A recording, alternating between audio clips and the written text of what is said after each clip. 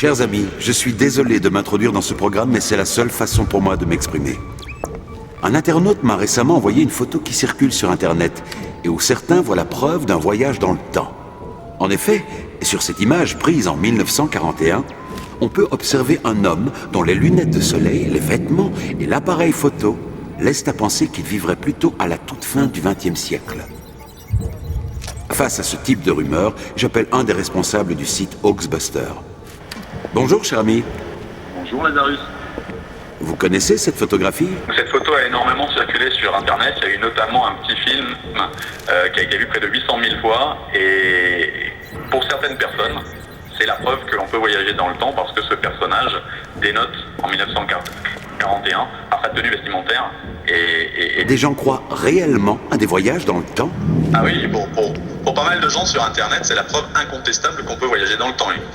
La personne qui se trouve sur cette photo, il a des lunettes de soleil qui sont de type cycliste et fermées sur les côtés. Et c'est assez récent, hein, ces lunettes de ce type-là ont vu leur apparition dans les années 90. Il y a un sweatshirt qui semble être un sweatshirt imprimé, ce qui n'existait pas dans les années 40.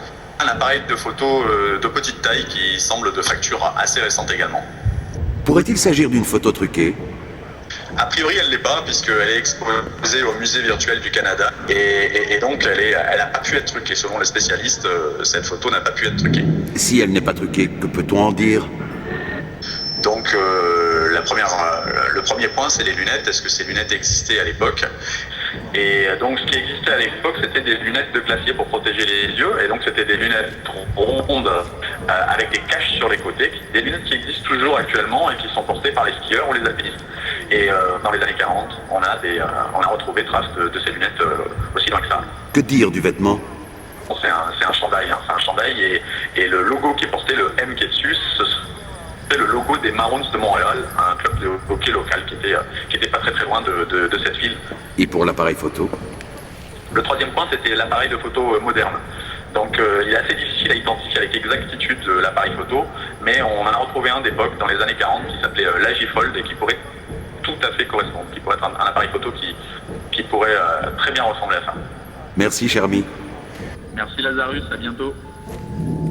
Si cela vous intéresse, vous trouverez sur la toile bon nombre de films censés démontrer que des gens ont voyagé dans le temps. Ainsi, un reportage sur Chaplin montre une passante qui semble utiliser un téléphone portable.